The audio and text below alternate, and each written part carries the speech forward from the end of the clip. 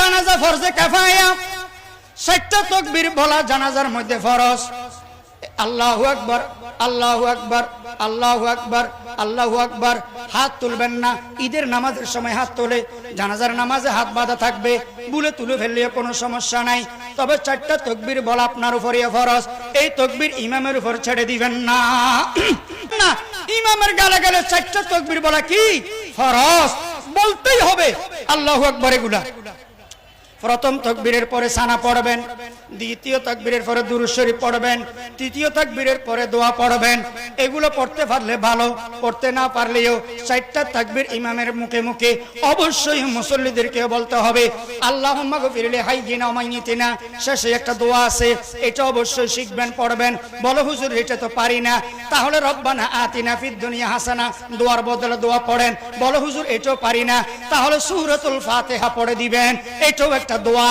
ইহদিনাস সিরাতাল মুস্তাকিম দোয়া আছে না নাই, এটাও একটা দোয়া।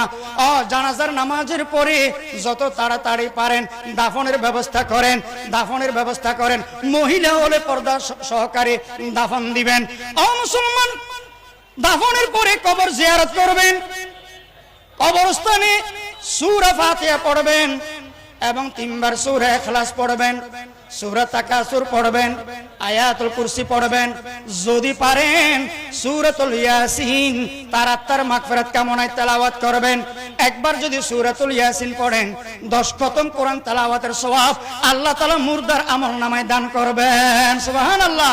কবরস্থানে জুতা না নিয়ে যাওয়া ভালো, এটা কবরস্থানের আদব। 3 জায়গার মধ্যে মস্কারি করা ঠিক না। 1 কবরস্থানে, 2 মসজিদে, 3 কোরআন শরীফ সামনে রেখে এই 3 জায়গায় কোনোদিন টিটকারি মস্কারি গল্প গুজব করবেন না, আল্লাহ নারাজ হবে, আল্লাহ অভিশাপ দিবে। আর কবরস্থানে কবর জিয়ারতের পরে মুনাজাত করবেন মুর্দার দিকে ফিরে না কিবলার দিকে ফিরে, কিবলার দিকে, পশ্চিম দিকে ফিরে। আল্লাহ তাআলা আমাদের সবাইকে আমল করার তৌফিক দান করুন।